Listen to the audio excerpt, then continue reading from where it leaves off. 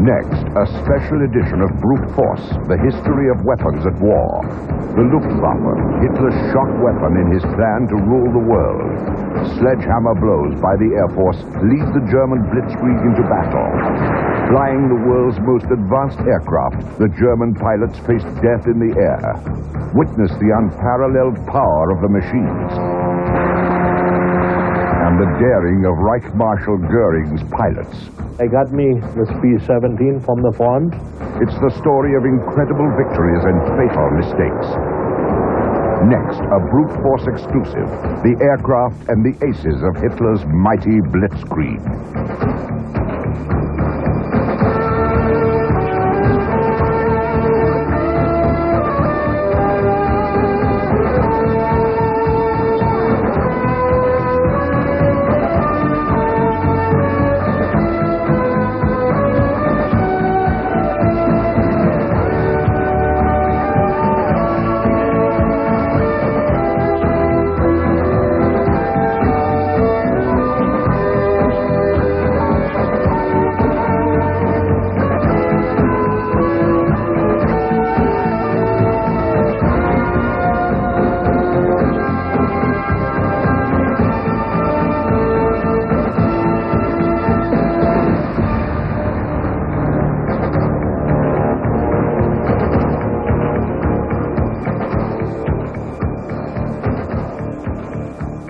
In the fall of 1939, Europe fell beneath the cloud of Germany's most frightening weapon, the Luftwaffe. Hitler's new Stukas and Messerschmitts attacked and destroyed their rivals with unrelenting precision. As the Army's flying artillery, the Luftwaffe cleared a path for the charging panzers and introduced a new word to the English language, Blitzkrieg. But Hitler's warbirds did not rule the skies for long. The Luftwaffe was designed in secret and perfected in combat, but destroyed by the very generals that built it.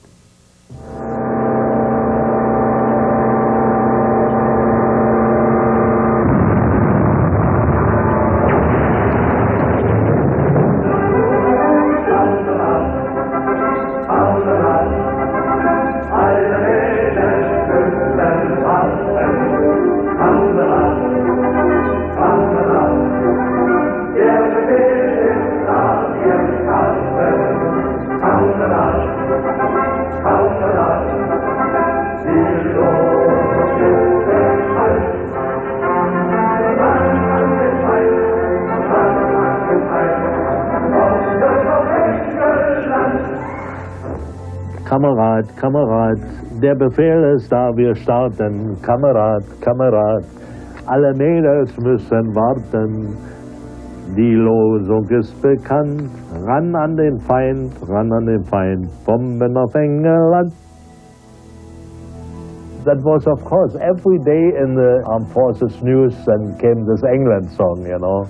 And that was, of course, how they prepared the people for really to be concerned about that. In the final months of World War II, Luftwaffe pilots fighting against great odds took to the air to stop the Allied bomber raids against the heartland of the Third Reich. We always had to take off when they came to central Germany. And then we were let into the bomber formation from the front. We stayed away from rear attacks because they were too costly. We were probably 20, 30 109s and Focke-Wulfs spread out. And we went in, and parts were flying all over. I saw parachutes, I saw planes, fighters going into the bombers, ramming, and not willfully, you know, yes, that happened.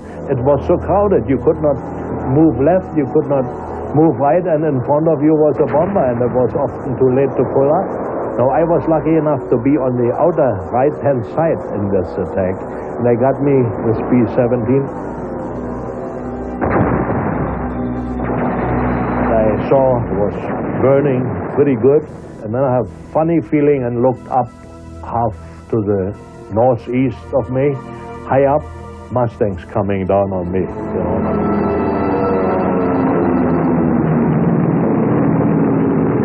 So I concentrated on the Mustangs. Well, I had still the chance to make a left and go down and let them follow me. And that didn't feel right. So I aimed at the first one and opened up with all I had. We were damn close. We passed each other. The Mustang exploded behind me. That was nothing but a fireball, and the rest followed me and gave me hell. From every side they attacked me. God, they chased me to the center of Germany. They hit me pretty good in the undercarriage, and in the left wing. But they didn't bring me down. I made a crash landing more or less, Any crash landing, as long as you survive, is a good one. We were feeling pretty strong, and fear is not the right word. You fly, you do what you have to do, and if it happens, it happens. One day your number is up. That's how we saw it. Throughout the war, the German airmen flew with great skill and determination. German industry had built for them some of the best flying machines in the world. Yet Hitler's Air Force had ruled the continent of Europe for not much more than a year. It was an Air Force built for a short war by short-sighted leaders. The victorious allies of the First World War signed the Treaty of Versailles in June of 1919 and called for an end to German military aviation.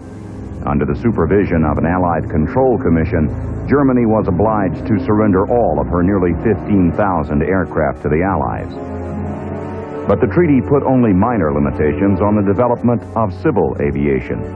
German aircraft manufacturers moved their factories out of the country, far from the nuisance of Allied commissions. Junkers became a large company. They built airplanes in Russia. Henkel established a factory in Sweden. There was a Dornier factory in Switzerland. And they had to build a first generation of aircraft to really relearn how to build modern aircraft. And that was done at a considerable secret expenditure of marks. In 1933, Adolf Hitler, as Germany's newly elected chancellor, further encouraged the secret development of military aircraft, and soon began to gather the men who would fly for the Reich. When I was 14, I had the opportunity to join the flying group of the Hitler Youth. And that consisted of a weekly workshop activity.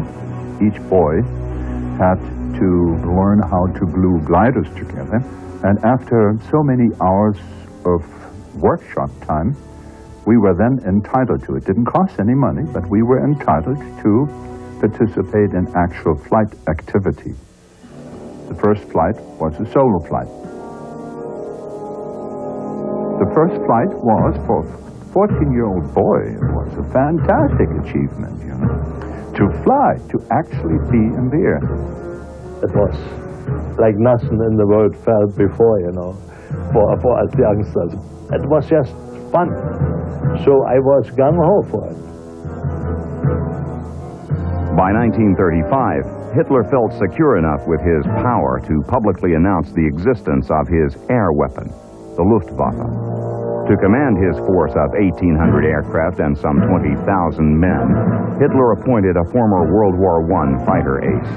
Hermann Goering was a ruthless organizer, and he had the capacity to force people to take brave decisions and take responsibility for them. So he was able to induce manufacturers to spend a lot more money than they had any idea that they'd ever be able to spend. Money was no object.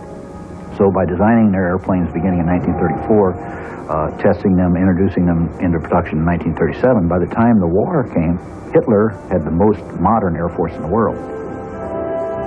With the power of their war machine growing, Hermann Goering and Adolf Hitler managed to intimidate European leaders and won their territorial claims to Austria and Czechoslovakia without a fight. By the summer of 1939, Luftwaffe strength stood at 3,700 aircraft and 1.5 million men. With nothing to stand in their way, Hitler and Goering turned to more violent methods. On the morning of September 1st, under cover of heavy fog, soldiers of the German army moved east and rushed across the frontier border of Poland. Armored forces stormed through the defenses as the Luftwaffe hammered all resistance.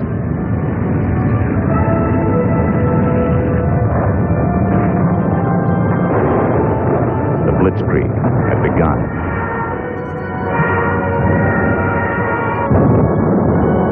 The rapid German advance had left behind many pockets of resistance in rear areas.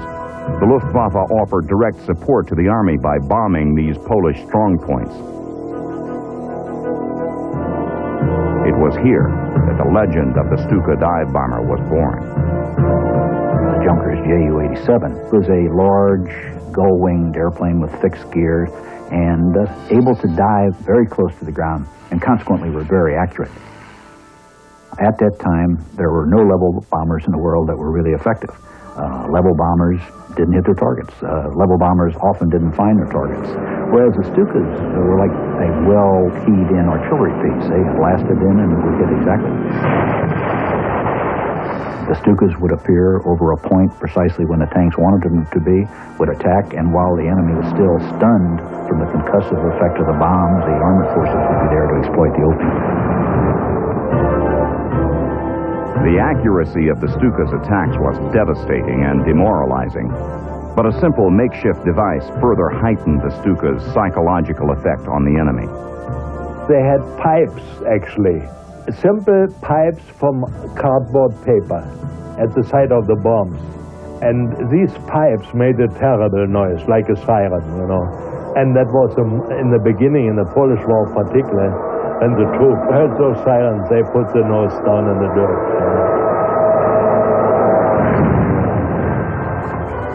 Medium bombers like the Heinkel HE-111 bombed the airfields of the obsolete Polish Air Force. What aircraft did make it into combat were no match for the guns of the Luftwaffe. In 2 days, Göring's Air Force had won complete supremacy of the sky. The destruction of road and rail networks stopped Polish reinforcements from reaching the front. The success and rapidity of the advance staggered even the Germans. In 8 days, the Panzer divisions had reached the outskirts of Warsaw.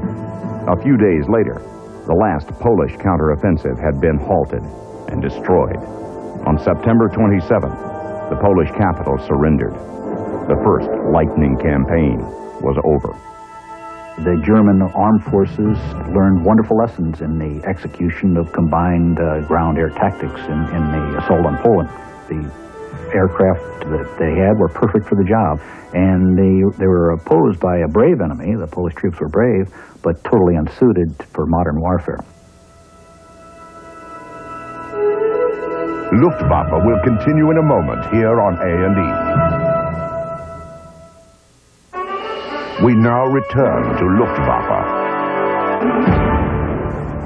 On Germany's western border, the Maginot Line stood as France's only defense against the threat of invasion. A maze of bunkers and heavy gun emplacements, the line was built in a time when armies moved into combat by foot and on horseback. Nothing, the French believed, could pass in front of the guns of the Maginot Line and survive. But Hitler had no intention of passing within the range of French guns. His strategy, Plan Yellow, would exploit the mobility of his army to outflank the fixed defenses and attack the Maginot Line from the rear. At first light on May 10, 1940, 74 divisions of Hitler's army thrust through Belgium and Holland. The main thrust of the attack against Holland came from the Luftwaffe. Medium bombers, including the Junkers Ju-88, began with the now familiar tactic of destroying enemy airfields. The Ju-88 could carry over 3 tons of high explosive bombs distributed between its internal bomb bay and wing pylons. Its excellent speed, great maneuverability, and immense structural strength made the Ju-88 a rugged and accurate dive bomber. But light defensive armament made this twin-engined bomber vulnerable to enemy fighter attack. As bombers pounded the Dutch countryside, a fleet of 475 3-engine Junkers Ju-52 troop transports swept into the country.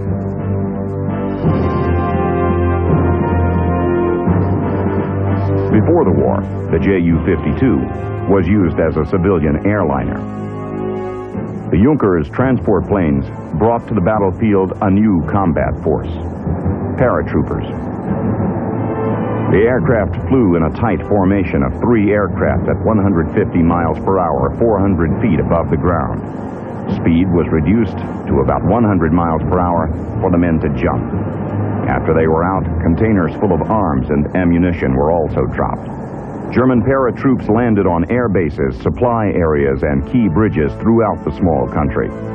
By early afternoon, 1,200 airborne soldiers had won control of the major airfields. By May 13th, only the city of Rotterdam remained in Dutch control. Göring ordered the bombing of Rotterdam as a show of force to hasten the surrender of the Dutch. The heart of the city was completely destroyed. Armored columns drove through Belgium almost unopposed, and in 2 days, Hitler's panzers reached the French border.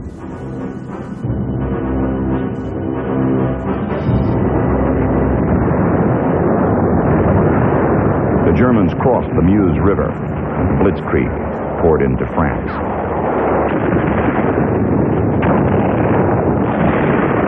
The German shock troops faced a disorganized enemy. The Luftwaffe quickly gained air superiority. As they had done in the Battle for Poland, Ju-87 Stuka dive bombers hunted and attacked. When they encountered heavy resistance, German ground forces called on the Stukas to bomb targets with the accuracy of flying artillery.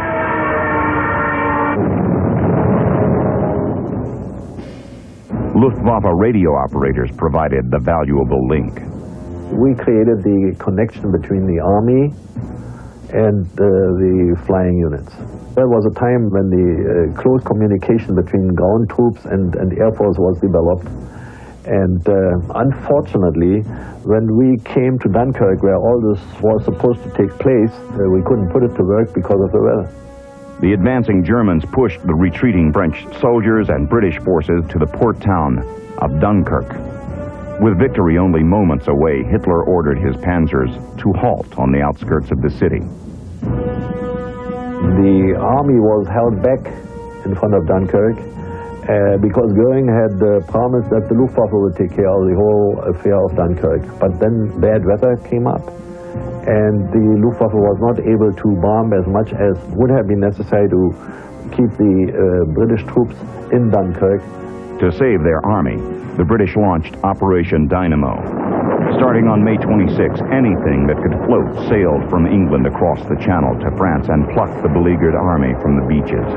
For 10 days, the Luftwaffe made a determined effort to bomb the stranded troops and sink ships sailing across the Channel.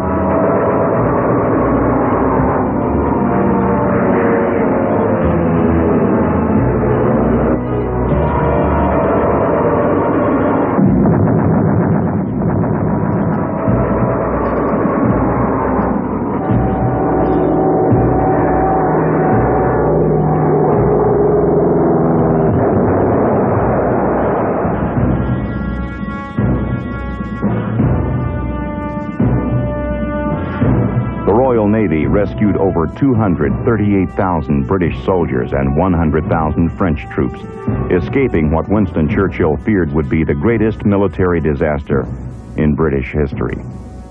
They left everything there at the beach. Their cars, one car next to the other, almost on top of each other, and a tremendous amount of material. I still remember going there to the beach and finding everything from toothbrushes to sheet music, and they just took their bare life and got out of there. The Luftwaffe had every reason to be extraordinarily pleased with itself. It had simply overwhelmed all of its opponents. In every instance, its airplanes had been superior to the enemy's, its pilots had had better training, its tactics were more effective. It was at Dunkirk, however, that the Luftwaffe really came up for the first time against the Royal Air Force flying the Spitfires.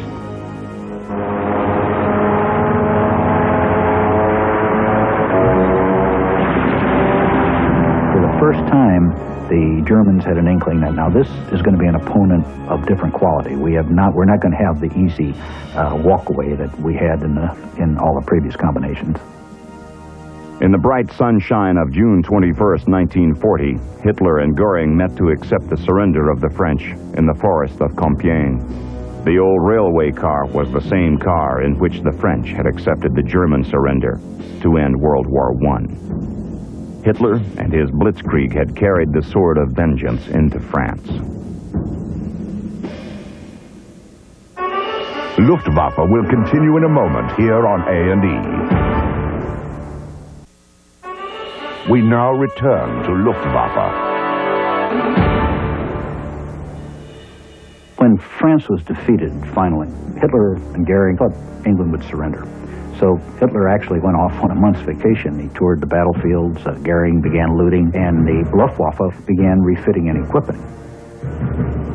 It was like a gift of life to the Royal Air Force because it had suffered heavy losses in France, and now it had a chance to rebuild. British industry quickly raised production of their frontline fighters to defend against a possible German invasion.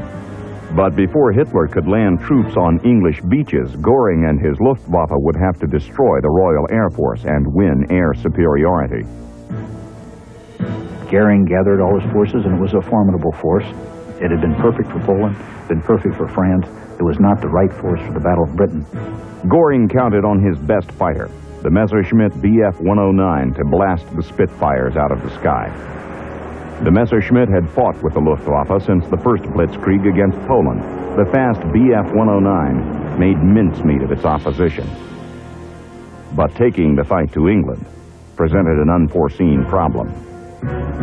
They had to take off from bases in France, fly across the Channel, and when they got into battle, they perhaps had 10 or 15 minutes of combat time before they had to leave, and then they had to fly back across the Channel with their emergency fuel light blinking red. The Luftwaffe's main assault against the RAF began on August 13th. Codenamed Adler Tag, Eagle Day, the operation called for the bombing of RAF airfields and radar stations along the English coast.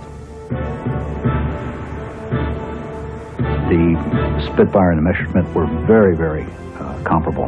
The Spitfire was slightly faster and slightly more maneuverable. The Messerschmitt had a better rate of climb and a much better diving capability. And it usually amounted to which pilot was the best pilot.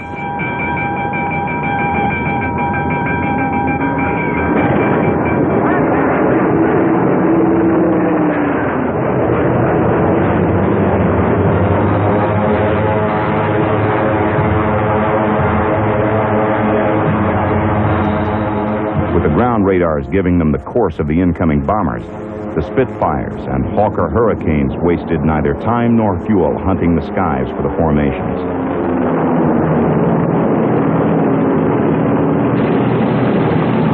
Pilot skill decided the result of individual dogfights. The British had the advantage of fighting over home territory.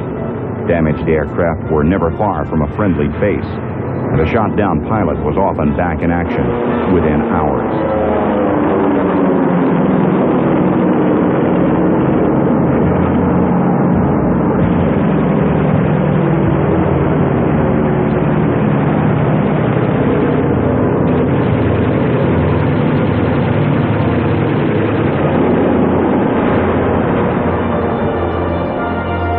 By the end of August, disappointed with mounting losses, Goering ordered his fighters and bombers to concentrate their attacks against RAF airfields. The Luftwaffe had not succeeded in blinding British Fighter Command. The radar network was restored and remained intact. The bomber and fighter attacks against the airfields cost the RAF their greatest casualties.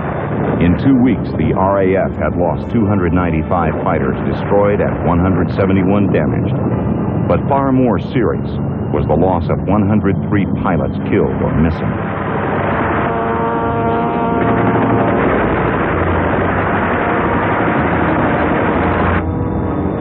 The escorting Bf-109s fought savagely to protect the slow, ungainly Stukas and twin-engine bombers. The legend of the Stuka perished over England. Despite losing 378 aircraft, the Luftwaffe continued attacks against the airfields. In retaliation for a small British bombing raid on Berlin, Hitler, in a fury, ordered the Luftwaffe against London.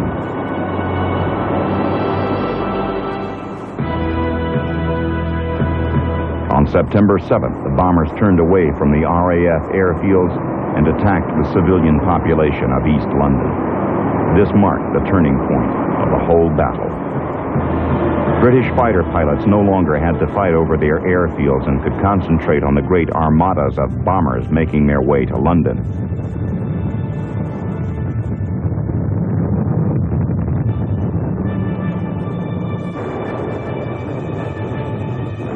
Without a long-range fighter escort, the Messerschmitts had to operate at the limit of their range and could defend the bombers for only a few minutes over London. On September 15th, vast formations of bombers were attacked. The loss of 60 German aircraft proved to Göring that the goal of air superiority was as far away as ever. The Germans knew that they had failed in their task. They knew that they were not going to gain air superiority. But even after the Battle of Britain, even after they had suffered their losses, German leadership did not see its way clear to expanding production or to changing the types. They persevered in the same weaponry and at the same levels of production. It's an absolutely unanswerable question why the right conclusions weren't drawn. As we could see it, the propaganda made it as non-exist, or I would say, well, it was not so decisive. We still were in the feeling that we still had the upper hand in it. Of course, we had no clue. But losing the Battle of Britain was by no means the end of the assault. The bombing of England continued under cover of darkness. Over London, when I flew, that was unbelievable how it was going on there as far as flak and balloons. And you saw it started burning, you know, it was just like rolling out a carpet. The way those incendiary little bombs would develop and would start fires below. But even the Blitz of London did not destroy the British will to resist. Hitler now counted on his submarine force to sink freighters and starve the British into submission. Göring surrendered to Admiral Karl Dönitz, chief of the German Navy, the control of a wing of reconnaissance aircraft. With these 4-engine Focke-Wulf 200s, Dönitz could expand his search for enemy shipping. The Condor, originally designed as a 26-seat passenger airliner, had a range of over 2,200 miles. In 1938, the Japanese asked that one be built for their Navy as a maritime reconnaissance aircraft. That plane proved so successful for the Japanese that the Luftwaffe adapted the aircraft for the same mission. They carried a bomb and a variety of machine guns even while on reconnaissance missions. These long-range aircraft could not only sink stragglers, but vector available U-boats to the convoys.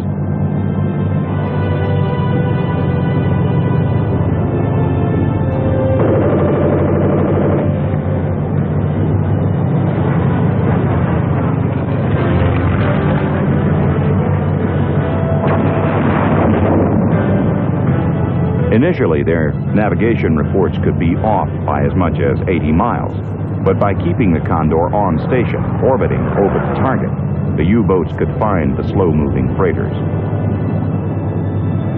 By the winter of 1940, the Condors had sunk over 90,000 tons of Allied shipping. For the next 3 years, the Condors were, in Churchill's words, the scourge of the Atlantic. The fundamental failing of the Condor was structural weakness and catastrophic wing failures not only while in flight, but even on the ground.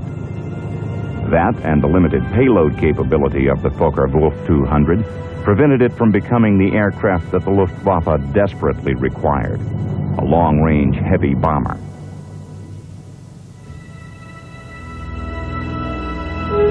Luftwaffe will continue in a moment here on A&E.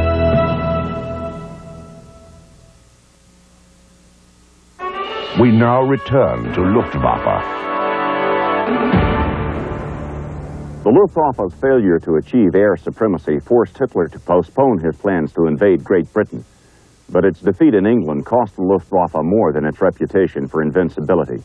Many seasoned pilots and experienced commanders perished during the fight. These were veteran warriors that Hitler and Göring would soon miss during Operation Barbarossa, the invasion of Russia. Although weakened by the losses of the Battle of Britain, the Luftwaffe was being committed to one full-scale offensive after another.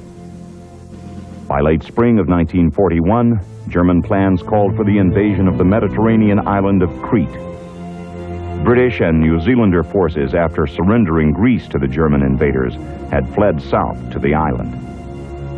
The Luftwaffe gambled that by using all available paratroopers together, they could strike the island in force, overwhelm the 30,000 defenders, and capture the three main airfields.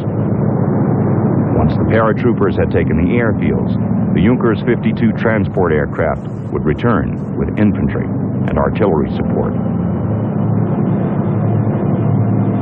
Operation Mercury began on the morning of May 20th as the sky over Crete blossomed with 1,000 parachutes. At first, the very nature of the attack, its terrifying unfamiliarity, had thrown the defenders off balance. But within minutes of the first landings, paratroopers were met by a hail of small arms fire. Several of the parachute units were wiped out before they hit the ground. By late afternoon, it looked like the invading force would be annihilated. The Luftwaffe dive-bombed and strafed the anti-aircraft guns near the airfields and disrupted organized resistance. Transports returned with ground troops to reinforce the German positions.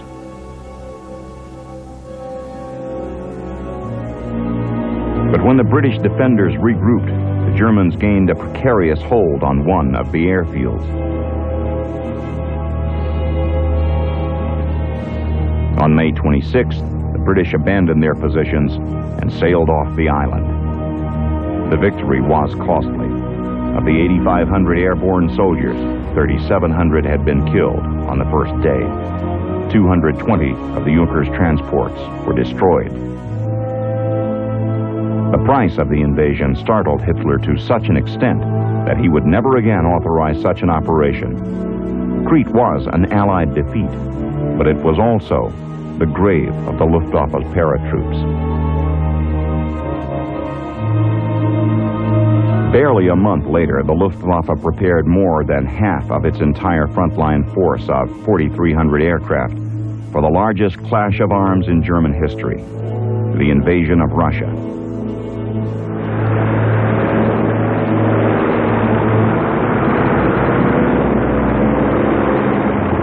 The attack on the Soviet Union had been authorized by Hitler several months before, and they had disguised the movement of German troops and German airplanes to the Eastern Front quite well, even though Stalin had been advised by the British that the attack was coming, and even though the Soviet commanders had been warned, nothing was done to protect the airplanes. On Sunday morning, June 22nd, 1941, 117 German armored and infantry divisions rolled forward on a 1,200-mile battlefront into the Soviet Union. The Luftwaffe had destroyed 1,200 Russian planes by noon. In the next several days, the numbers destroyed went down, 800 to 600 to 300, not because the Russians were fighting any better, but because there were simply less airplanes available to shoot up.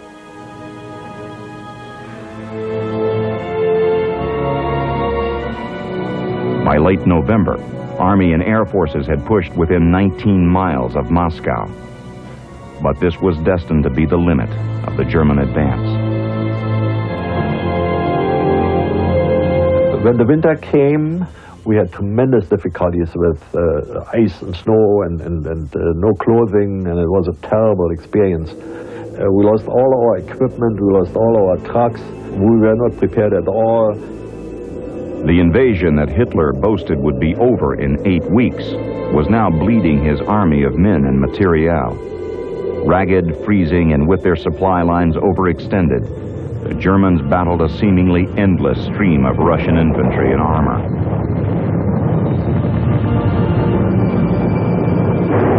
Russian counteroffensives began to lever the Germans away from Moscow.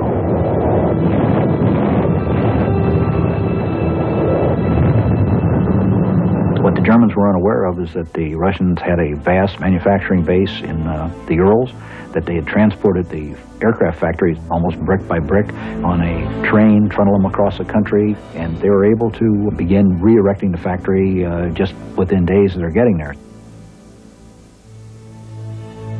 And within 3 months of the German invasion, these factories were once again manufacturing airplanes.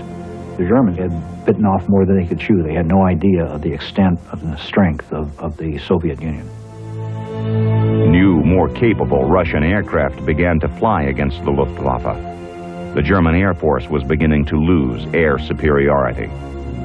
The Russians induced in great numbers the Ilyushin IL-2, the tank buster. And this was an airplane that did better than the Stuka. It was virtually invulnerable. It was truly a flying tank. The Ilyushin Stormovik ground attack aircraft tore into the German armor. The Stormoviks attacked with rockets and heavy guns and made life on Earth hell for the infantry. And they built them in great numbers. They built something like 36,000 of them during the war. There were only about 8,000 Stukas built during the war. For the first time, it became apparent that the production of Luftwaffe aircraft was inadequate to sustain a long period of heavy air operations. Support of Field Marshal Erwin Rommel's Afrika Corps spread even thinner the Luftwaffe's meager resources. The Desert Fox's fight to regain territory lost to the British pulled away aircraft and pilots that were desperately needed on the frozen battlefields in the Soviet Union. The Luftwaffe became a fire brigade constantly on emergency call to salvage hard-pressed army units. Sometimes they would have to land in no man's land and offload the supplies, and then the Germans who were besieged would have to fight their way out to get the supplies from the Russians. To move army troops and their supplies quickly along the thin front line, the Luftwaffe employed a most unusual aircraft. The Messerschmitt 323 could lift more than 22 tons of cargo, enough to handle all but the heaviest of German armor. 2 7.9mm machine guns in the nose and 2 mounted behind the wings provided protection for the 4-man crew.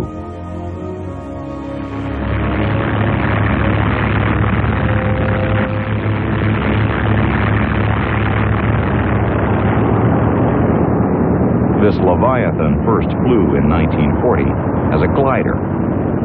In a system known as the Troika Schlepp, 3 bombers pulling together would tow the plane into the air. This configuration proved impractical, and the Messerschmitt's 323s were fitted with 6 radial engines. Its slow cruising speed of 140 miles an hour and immense size made it an easy target.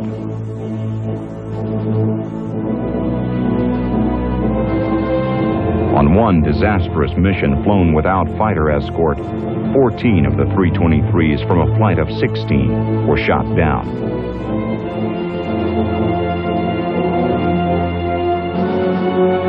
By the winter of 1942, the German army concentrated its power on the destruction of the Red Army at Stalingrad. But their advances were turned back by the Soviet counterattacks. The Germans found themselves surrounded. General von Paulus surrendered his army on January 31st, 1943. It was the turning point of the war in the East and removed any hope of a German victory. The defeat at Stalingrad demonstrated that the Luftwaffe still adhered to the battle tactics of Blitzkrieg in close support of ground forces. These tactics, brilliantly successful in Poland and France, failed in the great battles of Operation Barbarossa. Where they were totally lacking was in the ability to reach beyond the front, reach to the Russian manufacturing centers in the Urals and elsewhere, and destroy them. They simply didn't have the airplanes to do it, nor did they have the will to do it. They ignored it. Luftwaffe will continue in a moment here on A&E. We now return to Luftwaffe.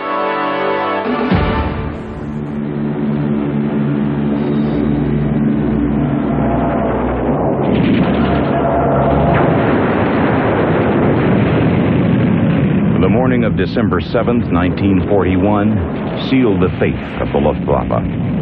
Honoring a pact signed with the Japanese, Hitler and Göring found their Third Reich at war with the most powerful industrial nation in the world.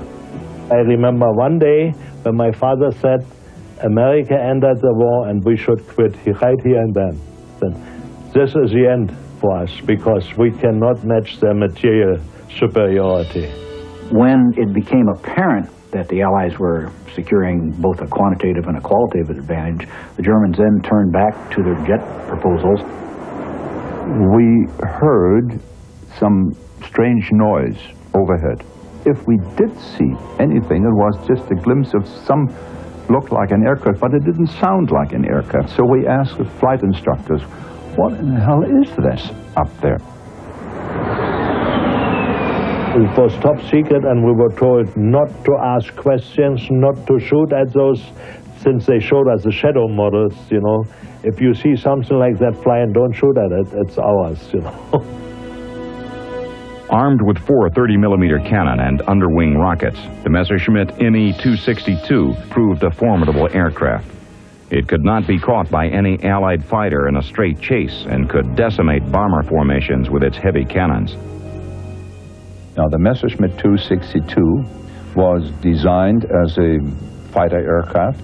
However, by order of Hitler himself, we are to fly the 262 as a bomber. Nobody had thought that anyone would want. Most of them destroyed on the ground. Throughout 1943, U.S. bomber forces, flying from their bases in England, developed their daylight offensive with pinpoint attacks against German war-making industries. The Luftwaffe turned its full attention to the defense of the Reich. The task at hand was to do whatever we can to stop the incoming aircraft from reaching their targets. The odds were overwhelming against us. In my group, 27 aircraft would take off, and we would get where we could see them. We then knew that we were outnumbered, maybe 10 to 1, maybe 20 to 1, or even more. We had orders not to ever engage accompanying P-51s. We were to use our time in the air and our ammunition strictly to get down bombers. The only way you can really count on being successful is if you go to the point where your gun sight is black, filled with the enemy aircraft, and then open fire.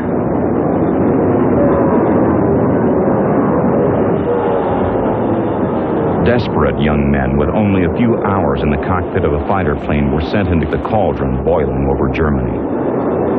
I was just a little past my 16th birthday. The pressures and the stresses were very, very great. I recall being almost at the point of shaking from fear as we were approaching the enemy bomber groups that were coming in. It was then no longer a matter of being a person out of flesh and blood with feelings and all that. It was just like I turned into a machine.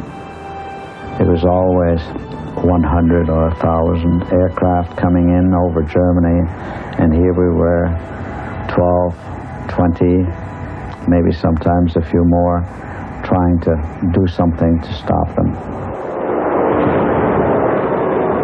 By 1944 and early 45, it was quite evident that it was hopeless.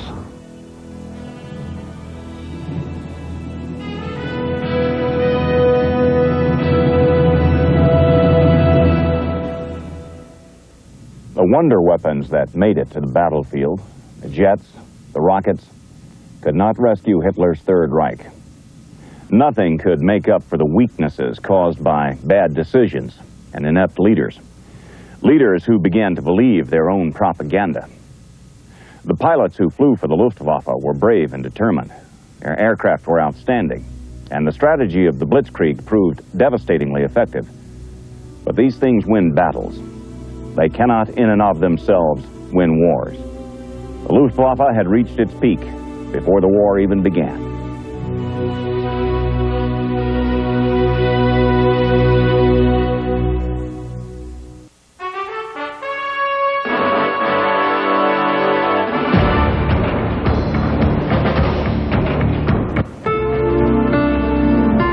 Next week, their speed and power revolutionized military strategy.